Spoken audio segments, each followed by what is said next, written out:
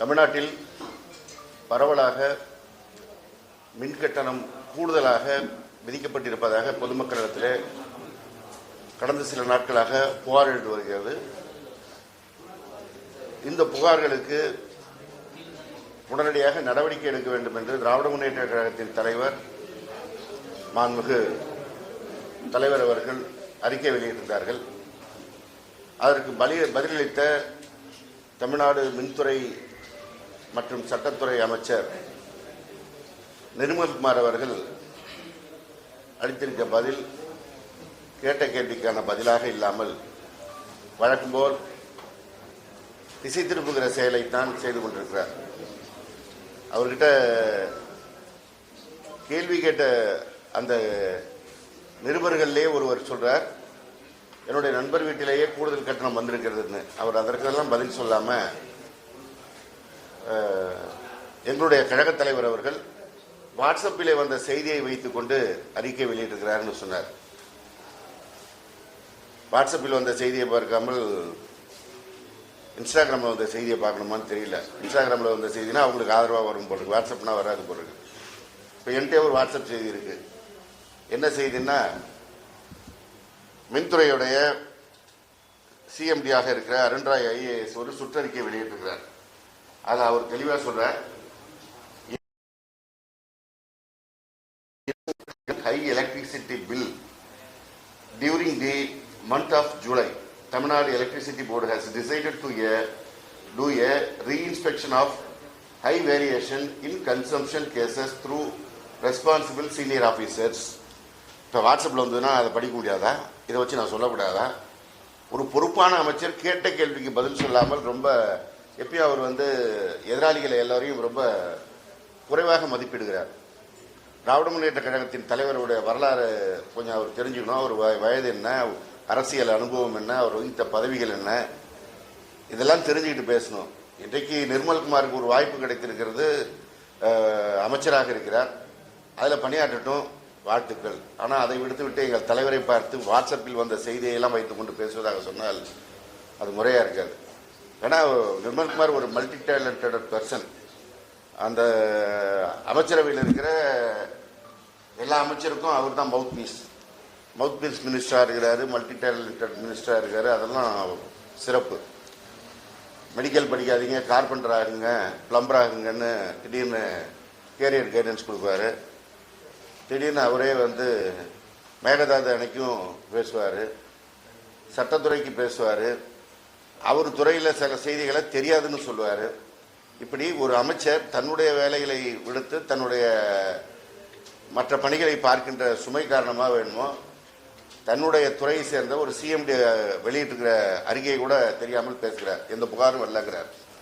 வைட்ஸ்பிரெட் complaints தான் அவர் Arun Roy IAS சொல்றாரு. ஆனால் அவர் எந்த புகாரும் வரவில்லை, ஆனால் நாங்களாக ஆய்வு செய்கிறோம் அப்படிங்கிறார். அப்புறம் சொல்றாரு, போன வருஷம் கூட இருந்தது, இப்போ 9,50,000 கனெக்ஷன்ஸ் தான் இப்போ இந்த பிரச்சனை வந்ததுங்கிறார். கடந்த காலங்களில் நீங்கள் இதெல்லாம் புகார் சொல்லி தான் இன்றைக்கு ஆட்சி மாற்றம் வந்திருக்கிறது. நீங்கள் சொன்ன மாற்றம் வந்திருக்கிறது. மாற்றம் வந்த பிற்பாடு திருப்பி நாங்கள் அப்போவோட இப்போ கம்மியாக இருக்கிறோம்னா நீ தப்பே நடக்காதுன்னு சொன்னீங்க, செய்துவிட்டு அதுக்கு எங்களுக்கு கம்மியாக இருக்குனார், ரைட். ஆனால் அப்புறம் சொல்கிறாரு, புகாரே வரவில்லை, ஆனால் நாங்களாக 3.5 லட்சம் கனெக்ஷன்ஸ் ஆய்வு செய்ய சொல்லியிருக்கிறோம் அப்படிங்கிறார். இது என்ன கூத்துது? கம்ப்ளைண்ட்டாக வராதான், இவங்களே பில்லை போடுவாங்களாம், இவங்களே கம்ப்ளைண்ட் வராமல் அதை விசாரிப்பாங்களாம். இந்த சினிமாவில் சொன்ன மாதிரி இவங்களே கொண்டு வைப்பாங்களாம், இவங்களே எடுப்பாங்களாங்கிற கதையா ஒரு அளவில்லாமல் போய் கொண்டிருக்கிறார் நிர்மல்குமார் அவர்கள். முதல்ல அவருக்கு நான் வைக்கின்ற வேண்டுகோள், மின்துறை என்பது ஒரு மிகப்பெரிய துறை. அந்த துறையில் என்னென்ன டிவிஷன்ஸ் இருக்கு, அதெல்லாம் எப்படி இயங்குது, அதில் இருக்கிற பிரச்சனைகள் என்ன, இதெல்லாம் ஒரு மாதம் 2 மாதம் அவர் எடுத்துக்கிட்டு ஆய்வு செய்து கொண்டு பிறகு இந்த பேட்டி கொடுக்கலாம் வரணுங்கிறது தான் என்னுடைய வேண்டுகோள். அவர் ஆட்சி அமைந்த அன்று இந்த பதவி அவர் ஏற்ற நாள்லேருந்தே பார்த்தீங்கன்னா பேட்டி கொடுத்துக்கிட்டே இருக்கார். கரண்ட் கட்டுக்கு காரணம் என்னன்னு நாடே போராடுது அப்படின்னு கேட்டால் ஒவ்வொரு நாளும் ஒரு காரணத்தை சொன்னார். ஒரு நாள் அந்த துறையில் இருக்கிற அதிகாரிகளே சதித்து செய்கிறார்கள்னார். அப்புறம் திமுகவை சேர்ந்தவர்கள் ஃபியூஸ் கேரியரை பிடிக்கிட்டு போயிட்டாங்க, திருடிட்டு போயிட்டாங்கிறார். அப்புறம் மெயின்டெனன்ஸில் தான் பிரச்சனை அப்படிங்கிறார்.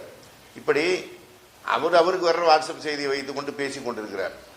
ஒரு ஆய்வை முழுமையாக செய்து எங்க பிரச்சனை இருக்குன்னு பார்த்தாலே இந்த பிரச்சனையெல்லாம் வராது. திராவிட முன்னேற்ற கழக ஆட்சி 5 ஆண்டு காலத்தில் எழாத மின்தட்டுப்பாடு பிரச்சனை இந்த ஆட்சி அமைந்த இந்த குறுகிய நாட்களில் ஏற்படுகிறது என்றால் அதில் கவனம் செலுத்த வேண்டிய அவர் நிர்மல்குமார் கவனம் செலுத்தாமல் இருக்கிறார் என்கிற காரணத்தினால்தான் இப்படி இருக்கிறது. எனவே மற்றவர்களுக்கு அறிவுரை சொல்வது, ஏகடியம் பேசுவது, நக்கல் பேசுவது, நையாண்டி பேசுவதை விட்டு ஆக்கப்பூர்வமாக அவர் செயல்பட்டால் முறையாக இருக்கும். ஏன்னா மக்களுக்கு மிக அத்தியாவசியமான துறைகளில் மின்துறையும் ஒன்று. ஒவ்வொரு நிமிடமும் கரண்ட் இல்லைன்னா அதனால் வர்ற பிரச்சனையில் பாதிக்கப்படுகிறவர்கள் சொல்லுகிறார்கள். 2 நாட்களுக்கு முன் கோவை பகுதிக்கு நான் சென்று இருந்தேன். அங்கே தொழில் செய்யக்கூடியவர்கள்லாம் சொல்கிறாங்க, தொழிலுக்குலாம் இது வரைக்கும் நாங்கள் பவர் கட் பார்த்ததில்லை, இப்போ வந்துட்டு பார்க்குறோம், எப்போ போகுது எப்போ வருதுன்னு தெரியல அப்படிங்கிறாங்க. முதல்ல இதெல்லாம் அவர் போய் பார்த்து மற்றவருடைய பிரச்சனையை ஆய்வுக் கூட்டங்கள் நடத்தி தெரிந்து கொண்டு நடவடிக்கை எடுத்தால் நலமாக இருக்கும். எனவே முன்னுக்கு முன் வேணாக அவரே பேசுறது, கம்ப்ளைண்ட் வரலங்கிறது, கம்ப்ளைண்ட் வந்ததை மறைக்கிறது, இதெல்லாம் தேவையில்லை. இதை ஒளிவு மறைவு இல்லாமல் சிஎம்டி கொடுத்த அறிக்கையை வைத்தே அவர் சொல்லலாம். சிஎம்டி அப்படி அறிக்கை கொடுத்துருக்கிறார், எங்களுக்கு கம்ப்ளைண்ட் வந்ததுனால தான் அவர் சிஎம்டி வந்துட்டு ஒரு அறிக்கை கொடுத்துருக்காரு, அதனால் நாங்கள் ஆய்வு செய்யணும்னு சொல்லலாம். இதை மறைத்து பேசி அவர்கள் என்ன சாதிக்க போகிறார்கள் என்று தெரியவில்லை. ஒட்டுமொத்தமாக இந்த ஆட்சி எல்லாவற்றையும் மறைத்து திரை போட்டு விட்டு நடத்தி விடலாம் என்று நினைக்கிறார்கள். அதில் ஒரு பகுதி தான் இது. முதலமைச்சர் எவ்வழியோ அமைச்சர்கள் அவ்வழியே. அவர் எதற்கும் வாய் திறப்பது கிடையாது, பதில் சொல்வது கிடையாது. பொதுமக்களுடைய அன்றாட பிரச்சனைகள், அவசியமாக தீர்க்கப்பட வேண்டிய பிரச்சனைகள்னு பலதும் இன்றைக்கு பிரச்சனையாக தான் இருக்குது. ஒரு ஆட்சி அமைந்து 6 மாத காலத்திற்கு அவங்களுக்கு விமர்சனம் செய்யக்கூடாதுன்னு சொல்கிறாங்க, நாங்களும் செய்யலை. ஆனால் ஒவ்வொரு நாளும் பாதிக்கின்ற பிரச்சனைகளை விமர்சனம் செய்யாமல் வேடிக்கை பார்த்து கொண்டு இருக்க முடியாது. ஏன்னா நாங்களும் ஒரு ரெஸ்பான்சிபிள் அப்போசிஷன் பார்ட்டி, எங்களுக்குமான கடமை இருக்கிறது. எங்களுக்கும் மக்கள் வாக்களித்து நாங்களும் குறிப்பிடத்தக்க அளவிலான சட்டமன்ற உறுப்பினர்களோடு இருக்கிறோம். எங்கள் தொகுதியை சேர்ந்தவர் மாத்திரமல்ல, ஒட்டுமொத்தமாக திராவிட முன்னேற்ற வாக்களித்து தமிழ்நாட்டு மக்களுக்கு குரல் கொடுக்க வேண்டிய அவசியம் இருக்கிற காரணத்தினால் எங்களுடைய தலைவர் இந்த மின்சார பிரச்சனைக்கு அறிக்கை விட்டிருக்கிறார். அந்த அறிக்கைக்கு பதிலளிப்பதற்கு முறையான பதில் இருந்தால் பேசட்டும், இல்லைன்னா விஜய் மாதிரி இவரும் வாய் மூடி மௌனமாக இருந்துவிட்டு போகட்டும். இனி இந்த நக்கல் நையாண்டி அறிக்கைகளை விட வேண்டாம் என்று நிர்மல்குமார் அவர்களுக்கு அன்போடு கேட்டுக்கொள்கிறேன். சார், ஆட்சி தொடர்ந்ததுலேருந்து திமுக திட்டங்களை தொடர்ந்து பேர் மாற்றிட்டே வராங்க, நிறைய விஷயங்கள் பேர் மாற்றுறாங்க. இப்போ பார்த்தீங்கன்னா போக்குவரத்து துறையிலே அந்த லட்சணை கலர் எல்லாமே அந்த டிவிக்கு விட கொடி இது பண்ணுறாங்க, அந்த பஸ்ஸும் அதே கலர்லேயே கொண்டு வர மாதிரி இருக்காங்க. பேர் அதாவது அவங்களால எதுவும் செய்ய முடியல. அதனால் திராவிட முன்னேற்ற கழகத்தின் ஆட்சியினுடைய சாதனைகள் மக்கள் மனத்திலிருந்து இதெல்லாம் பேர் மாற்றினால் அகற்றிடலாம் அவர் நினைக்கிறாரு. ஏதோ ஒரு மாற்றம் வேண்டும் என்று ஒரு 35% பேர் வாக்களித்தார்கள். அது கடைசி ஒரு 3 நாளில் ஒரு 10% பேர் ஒரு மனமாற்றத்தால் ஏற்பட்டது தான் இது.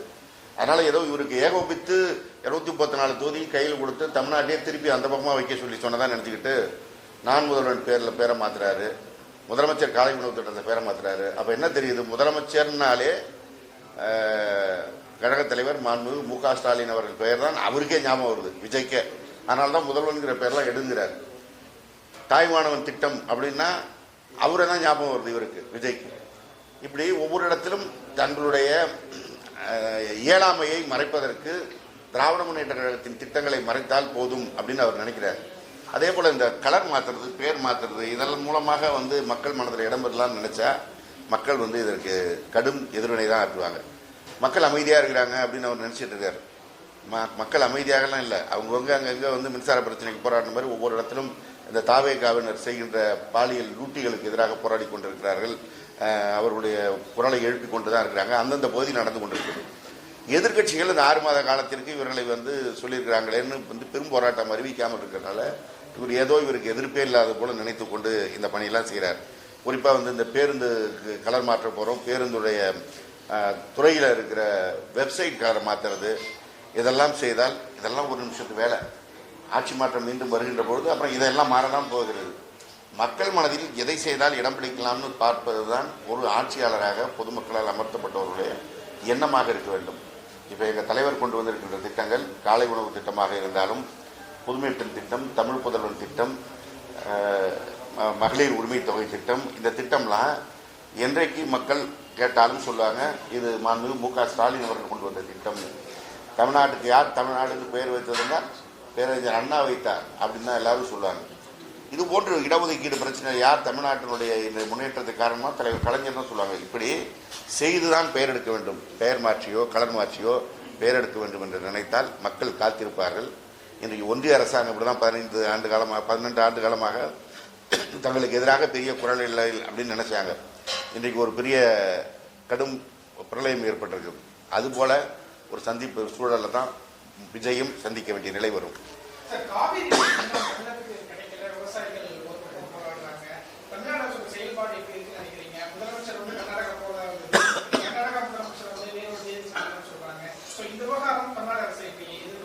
இல்லை, இதை கண்டித்து தான் எங்களுடைய கழகத் தலைவர் அவர்கள் கழகத்தின் சார்பாக எதிர்க்கட்சி தலைவர் மாண்புமிகு இளந்தலைவர் உதயநிதி ஸ்டாலின் அவர்கள் தலைமையில் தஞ்சையில் போராட்டத்தை அறிவித்திருக்கிறார்கள்.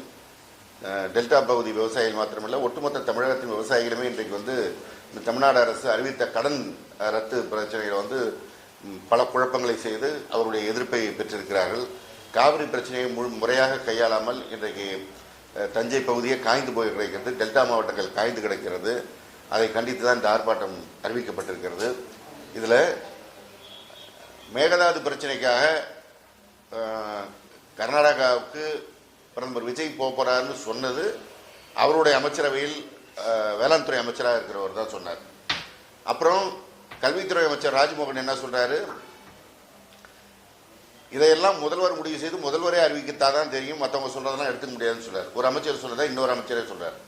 இப்போ இன்னைக்கு நம்ம மல்டி டேலண்டட் நிர்மல்குமார் என்ன சொல்லியிருக்கிறாரு, முதல்வர் அலுவலகம் அறிவிக்கும்னு சொல்றார். அப்புறம் அவரே சொல்றார் இதை நீதிமன்றம் தான் இதை தீர்க்க வேண்டும் என்று சொல்கிறார். நீதிமன்றம் தான் தீர்க்க வேண்டும் என்றால் விஜய் கர்நாடகா போக வேண்டிய அவசியம் என்ன? ஒரு சட்டத்துறை அமைச்சர் நிர்மல்குமார்ங்கிறவர் வெறும் மின்துறை அமைச்சர் மாத்திரமல்ல, சட்டத்துறை அமைச்சர். அப்போ அவர் சட்டத்துறையில் ஆலோசித்து தான் சொல்லணும் இது நீதிமன்றம் மூலம் தான் தீர்க்க முடியும் என்று. அப்போ அவர் அதை முதலமைச்சர்கிட்ட சொல்லியிருக்கணும்ல, போவானாங்க. அடுத்தது நாங்கள் போகிறோம்னு சொல்லலை, அந்த குழு பட்டியல் ஏன் வந்ததுன்னு தெரியலன்னு இவங்களே சொல்கிறாங்க. இந்த ஆட்சி அமைந்ததுலேருந்து எதுவுமே அதிகாரப்பூர்வமாக அறிவிப்பு கிடையாது. தகவல் கிடைத்தது, தாவேகாவுடைய தகவல் கிடைத்ததுன்னு தான் எல்லா தகவலும் வரும். முதலமைச்சர் பதவியேற்ப போகிறார், தகவல் கிடைத்தது. அமைச்சரவை பட்டியலை வழங்கப் போகிறார், தகவல் கிடைத்தது. இப்படி தான் தகவல் கிடைத்தது போல கர்நாடகா போகிறார் என்ற தகவலும் கிடைத்தது. அந்த தகவலையும் அவர்களே இன்னும் உறுதி செய்யலை. ஆனால் அங்கே கர்நாடகாவிலேருந்து அந்த முதலமைச்சர் சிவகுமார் அவர்கள் இப்போ பேட்டி கொடுத்துட்டு இருக்காரு, விஜய் அவர்கள் இப்பொழுது இங்கே வர வேண்டாம், இங்கே நிலைமை சரியில்லை அப்படின்னு பேட்டி கொடுக்குறாரு. அப்போ அவர் ஏன் வர வேண்டாம்னு சொல்கிறாரு? இப்போ இவங்க யாரோ கேட்டிருக்கணும், விஜய் அவர்கள் அங்கே வர வேண்டும் என்று கேட்டிருக்க வேண்டும். கேட்டிருந்த காரணத்தினால்தான் அவங்க இப்போ வர வேணான்னு சொன்னோம். இப்போ இதையெல்லாம் மறைச்சு பேச வேண்டிய அவசியம் என்ன? நாங்கள் கூட பரவாயில்ல, அவருடைய கூட்டணியில் இருக்கின்ற கட்சிகளே இது குறித்து கோபத்தை வெளிப்படுத்தி இருக்கிறார்கள். அவருடைய கட்சிக்கு ஆட்சி அமைவதற்கு வெளியிலிருந்து ஆதரவு கொடுத்திருக்கின்ற கட்சிகள், குறிப்பாக இடதுசாரி இயக்கங்களே தங்களுடைய அதிருப்தியை வெளிப்படுத்தியிருக்கிறார்கள் கர்நாடகா போவது குறித்து. ஆனால் இப்போவும் அதில் உண்டா இல்லையா, நடக்குமா நடக்காதா, எதையும் சொல்லாமல் ஒரு கள்ள மௌனம் காக்கிறது இந்த அரசாங்கம். இப்படி அமைதி காப்பதன் மூலமாகவே மக்கள்கிட்ட பிரச்சனை பெருசாக வெடிக்காமல் இருக்கும்னு நினச்சிருக்காங்க. அமைதியே ஒரு கட்டத்தில் மிகப்பெரிய புரட்சியாக வெடிக்கும். இதை உணராவிட்டால் மிகப்பெரிய ஆபத்து தான் இந்த தாவேக அரசாங்கம் சந்திக்கும்.